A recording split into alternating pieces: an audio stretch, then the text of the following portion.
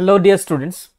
सो यहाँ पर मैं chapter 3 of class 10 exercise number 3.6 लेकर आया हूँ and most probably it is the last exercise. So if you still haven't watched the previous exercises, just watch these videos and then you come here, then it will be very much useful for you. Okay, so let us start. So अभी तक हम लोगों ने 3 method सीखा to solve linear pair of equations in 2 variables. पहला method क्या था? Substitution method. Second was elimination method and third was cross multiplication method. And now we'll learn and try to solve the remaining questions of exercise 3.6. okay, now पहला question क्या है वो देख लेते हैं. Question is 1 by twice x plus 1 by thrice y equal to 2 है and 1 by thrice x plus 1 by twice y equal to 13 by 6 है. आपको इन्हें सॉल्व करके दिखाना है. क्लियर? ध्यान से एक चीज फॉलो करिए. 1 by twice x plus 1 by thrice y equal to 2 and another equation 1 by thrice x plus 1 by twice y 1 by thrice x plus 1 by twice y equal to 13 by 6. 13 by 6. Now in these two equations, anything are you getting common? Yes, the common thing is पहले term में 1 by x common है, second में 1 by y. In the second equation also 1 by x and 1 by y. One common thing we are getting. So हम क्या कर लेंगे? Let 1 by x को पकड़ लेंगे p and 1 by y को पकड़ लेंगे q. हो गया? q पकड़ लिया. अभी 1 by x के बदले में अगर हमने p लिखा तो अल्टीमेटली ये हुआ कैसे? देखिए 1 by x इंटू 1 by 2 मिलके बनता है ना आपका 1 by twice x, isn't it? Okay. So if I write as 1 by x equal to, अगर मैं p लिख दूं तो 1 by 2 into p becomes p upon 2. ठीक है, प्लस और ये हो जाता है q by 3 इक्वल टू 2. आसान हो गया. अभी हम लोग क्या करेंगे? 2 और 3 का एलसीएम ले लेंगे. 6 2 3 is 6 which is 3p plus 2q equal to 2. Clear है? अभी क्या करेंगे? 3p plus 2q. Now we'll do the cross multiplication. 6 2 से 12. इक्वेशन नंबर 1 आ गया.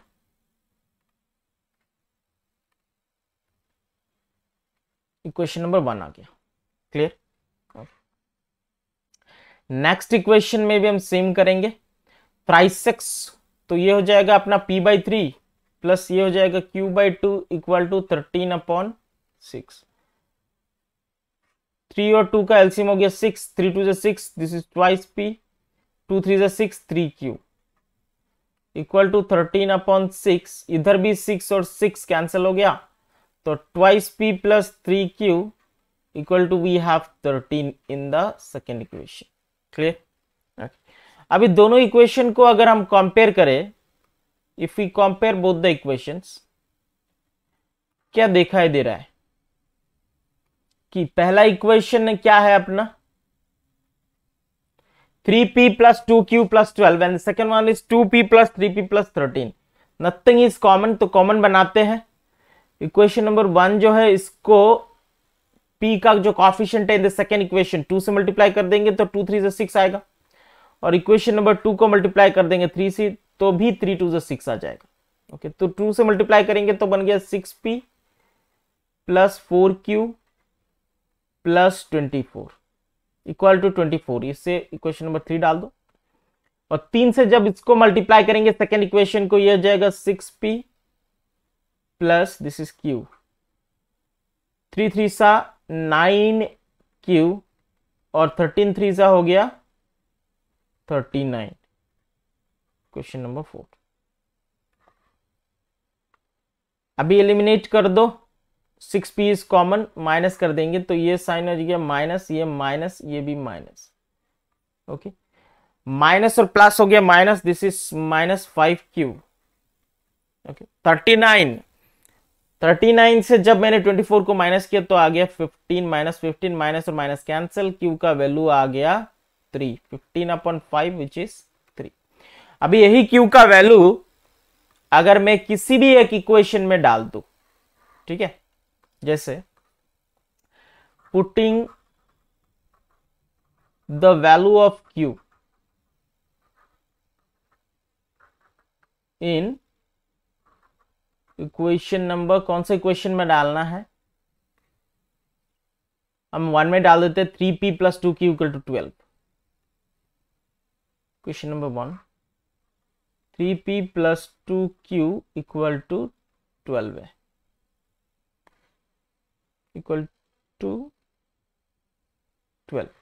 ओके, इसमें q का वैल्यू डाल देते हैं 3, तो 3p + 2 × 3 = 12, कितना आ गया, 3p = 12, 2 3 = 6, -6 इधर चला गया, p का वैल्यू क्या आ जाएगा, 12 - 6 is 6/3 which is 2। सो हमारे पास p की वैल्यू आई है 2, p की वैल्यू आ गई है 2, बट p को हमने किसके बदले में p को लिखा था 1/x, ध्यान से देख लीजिए, 1/x को पकड़ा था हमने p, तो इस p के जगह में 1/x लिख देंगे, इक्वल टू हो गया 2, ठीक है। तो x की वैल्यू क्या आ जाएगी, x की वैल्यू आ जाएगी 1/2, क्लियर।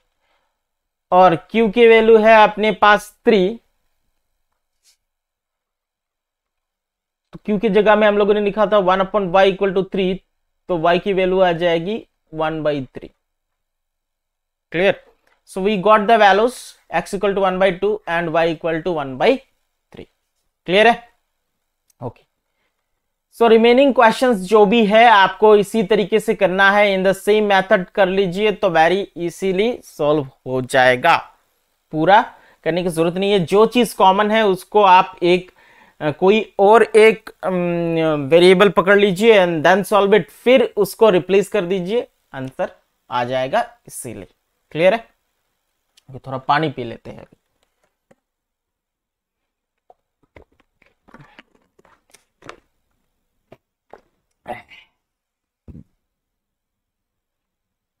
ओके, क्वेश्चन यह है, Ritu can row downstream 20 kilometre in 2 hours and upstream 4 kilometre in 2 hours। दो चीज इंफॉर्मेशन गिवन है। Find her speed of rowing in still water and speed of the current. देखिए, जब ये अगर नदी है, नदी में ये बोट समझ लीजिए, ओके, तो नदी का बहाव अगर इस तरफ है और बोट इसी तरफ जा रहा है, ठीक है, तो जो ये जो नदी का बहाव है इसे बोलते हैं स्पीड ऑफ द करंट, के स्पीड ऑफ द करंट। तो अगर मैं मान लू speed of the current x, let speed of the current मतलब पानी का बहाव x km/h and speed of the boat in still water, मतलब पानी जब एकदम स्टिल पोजीशन में है तब बोट का स्पीड हमने मान लिया y km/h। ओके, नाउ ये बोट जब डाउनस्ट्रीम जाएगी, बोट का स्पीड कितना, करंट का स्पीड है x, ओके, जो करंट है इसका, अरे क्या हो रहा है, कौन सा कलर में चूज कर, जो करंट है इसका स्पीड है x और बोट का स्पीड है y। जब एक ही डायरेक्शन में जाता है मतलब डाउनस्ट्रीम, तो ये स्पीड क्या हो जाएगा, प्लस हो जाएगा, ओके। उसी जगह पर अगर अपस्ट्रीम बोट इस तरफ ऑपोजिट डायरेक्शन में जा रहा है और पानी का बहाव इधर है और बोट इस तरफ जा रहा है, तब जो स्पीड होगा वो निगेटिव हो जाता है, ठीक है, मतलब स्पीड कम हो जाता है, मतलब माइनस हो जाता है। ये जो आपका करंट है, बोट का स्पीड में से करंट का स्पीड को माइनस करना पड़ेगा। बोट का speed and speed of the current दो चीज है। बोट का speed of rowing in still water and the speed of the current. Boat का स्पीड हम पकड़ लेंगे, स्पीड ऑफ द करंट पकड़ लेते हैं y एंड बोट का स्पीड पकड़ लेते हैं x, बस। नाउ अभी अगर डाउनस्ट्रीम ये बोट जा रहा है तो उसका स्पीड प्लस हो जाएगा, मतलब दोगुना बढ़ जाएगा, क्योंकि एक तो पानी का एक स्पीड है, स्पीड ऑफ द करंट है, पानी का बहाव है, और उसी तरफ उसी दिशा में अगर बोट जा रहा है तो उसका स्पीड बढ़ जाएगा, क्योंकि बोट का अपना खुद का speed plus speed of the current. और अगर ये बोट रो कर रहा है, मतलब जा रहा है against the speed of the current, तो बोट का जो स्पीड है उससे जो स्पीड ऑफ द करंट है उसको घटा दिया जाएगा, ठीक है। ओके, और एक चीज आपको याद रखनी है, एक कॉमन सा फॉर्मूला है कि डिस्टेंस इक्वल टू, हमें तो टाइम दिया गया है, time is equal to distance upon speed, distance upon speed. Clear, याद रखना। अभी क्वेश्चन में चलते हैं। अभी क्या बोला कि Ritu can row down stream 20 kilometre in 2 hours, ठीक है, 20 kilometre in 2 hours and upstream 4 kilometre in 2 hours. तो जब वो डाउन स्ट्रीम जा रही है तो स्पीड क्या होगा, प्लस होगा, है कि नहीं। 20 किलोमीटर 2 घंटे में जा रही है, तो अकॉर्डिंग टू क्वेश्चन 20 किलोमीटर जा रही है तो डिस्टेंस हो गया 20 और स्पीड क्या होगा, बढ़ जाएगा x प्लस वाई।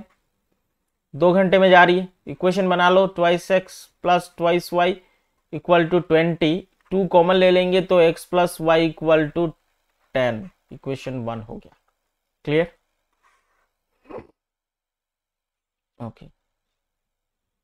ना फिर क्या बोला कि अपस्ट्रीम जब जा रही है तो 4 किलोमीटर 2 घंटे में, अपस्ट्रीम 4 किलोमीटर 2 घंटे में, देखिए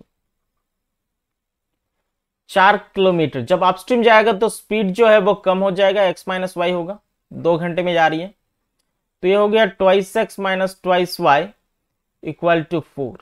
यहां पर अगर हम x कॉमन ले लेते हैं तो x minus Y equal to, हमने इधर 2 कॉमन ले लिया तो x minus Y equal to कितना हो जाएगा, 2। So as you have x plus y equal to 10 and x minus y equal to 2, equation you have कोई भी मेथड यूज करो, एलिमिनेशन भी लगा दो, आसानी से सॉल्व हो जाएगा। क्लियर है। नेक्स्ट क्वेश्चन में चलते हैं जो बहुत ही मजेदार क्वेश्चन है। ओके, बहुत ही मजेदार क्वेश्चन है। इसको जो मैं कॉन्सेप्ट दे रहा हूं वो उस कॉन्सेप्ट से आप पढ़ के देखिए, ऐसा कॉन्सेप्ट किसी ने बताया नहीं होगा आप लोगों को, ठीक है। अगर ये कॉन्सेप्ट मैं जो बता रहा हूं अच्छा लगे तो वीडियो को एक लाइक कर देना, शेयर कर देना और चैनल को सब्सक्राइब कर देना, ठीक है। ओके, नाउ कंसेप्ट क्या है वो देख लेते हैं। बोला 2 वीमेन, 2 औरत and 5 man can together finish an embroidery work in 4 दिन। मतलब 2 औरत और 5 आदमी मिलके एक काम को 4 दिन में खत्म करते हैं। while 3 women and 6 men can finish it in 3 days। काम तो वही है, और 3 औरत और 6 आदमी मिलके उसी काम को 3 दिन में खत्म करते हैं। तब आपको बताना है कि कितना समय लगेगा अगर एक women alone to finish the work and also that taken by 1 man alone, ठीक है। Time taken bye 1 man women alone to finish the work, एक औरत उस काम को कितने दिन में करेगी, और यह भी बताना है कि एक आदमी अकेला उस काम को कितने दिन में कर लेगा। ओके, तो टाइम एंड वर्क का सम में एक इसी कॉन्सेप्ट आपको याद रखना है हमेशा कि वर्क जो होता है ना, काम, work is actually time into efficiency का प्रोडक्ट होता है, टाइम इंटू एफिशिएंसी, ठीक है। वर्क मतलब हो गया कार्य, कार्य जो है वो समय, ओके, समय और कार्य क्षमता का गुणनफल होता है, कार्य क्षमता, कार्य क्षमता इंटू समय का गुणनफल होता है। क्लियर। नाउ पहले क्वेश्चन में बोला है, पहले हम वर्क निकाल लेते हैं कि 2 वीमेन, 2 औरतें प्लस 5 मर्द एक काम को, तो ये हो गया आदमी, इनटू टाइम कितना लगा, कितने दिन में कंप्लीट करते हैं, 4 दिन में, तो इनटू हो गया 4, 2 मैन इन 2 मैन नहीं, 2 women plus 5 man can finish work in 4 days। 4 से मल्टीप्लाई करेंगे, जो काम खत्म करता है वही काम कितने दिन में, well 3 women and 6 man can finish it, 3 women 6 man, तो 3 women plus 6 man can finish it in 3 days। यहां से हम मैन एंड वीमेन का रेशियो निकाल सकते हैं, ठीक है। उसके बाद अगर रेशियो निकाल लिया then we can easily find the total work, okay. तो 4 2 सा ये कितना हो गया, 8 वीमेन प्लस 5 4 सा 20 मैन, 3 3 सा 9 वीमेन प्लस 3 6 सा 18 मैन, ओके। इसको रेशियो कैसे निकालेंगे, 9 वीमेन है और इधर मैन है, तो 20 मैन माइनस 18 मैन, इधर हो गया 9 वीमेन माइनस 8 वीमेन, ओके। तो 20 मैन माइनस 18 मैन कितना हो गया, 2 man equal to 9 women minus 8 women, मतलब एक ही वीमेन है। तो अभी रेशियो कितना आया, मैन अपन वीमेन का कितना आया, 1/2। इसका मतलब क्या, एक आदमी 2 औरत के बराबर काम करता है, ओके। एक आदमी 2 औरत के बराबर काम करता है, so we got the ratio. जब रेशियो मिल गया, यही रेशियो अगर हम किसी भी एक इक्वेशन में डाल देंगे तो टोटल वर्क मिल जाएगा। तो टोटल वर्क रेशियो 2 वीमेन का कितना रेशियो है, 2, ठीक है, प्लस मैन का रेशियो है 1 इंटू 4, कितना, 2 2 सा 4 प्लस 5, 2 2 सा 4, 4 प्लस 5 हो गया 9, 9 4 सा 36, तो वर्क आ गया अपने पास 36। अभी क्या बोला कि यही वर्क को एक औरत कितने दिन में करेगी और एक मर्द कितना दिन में करेगा, तो टाइम टेकन, ठीक है, time taken bye 1 woman alone, तो टोटल वर्क अपॉन इसका एफिशिएंसी, वर्क हो गया 36 और एक विमेन का एफिशिएंसी कितना है, एक विमेन उसका एफिशिएंसी है 2, तो कितना दिन लगेगा, 18 दिन, 18 डेज, ओके। और उसी जगह पर time taken by man alone, 1 man alone, एक आदमी उस काम को कितना दिन में करेगा, टोटल काम हो गया 36, एक आदमी 1 मैन का एफिशिएंसी कितना है 1, कितना दिन चाहिए होगा, 36 डेज चाहिए होगा। क्लियर। किसी को अगर ये कॉन्सेप्ट अच्छा लगा, ओके, ये कॉन्सेप्ट अगर आपको अच्छा लगा तो वीडियो को लाइक कीजिए, ओके, और चैनल को सब्सक्राइब करिए ना।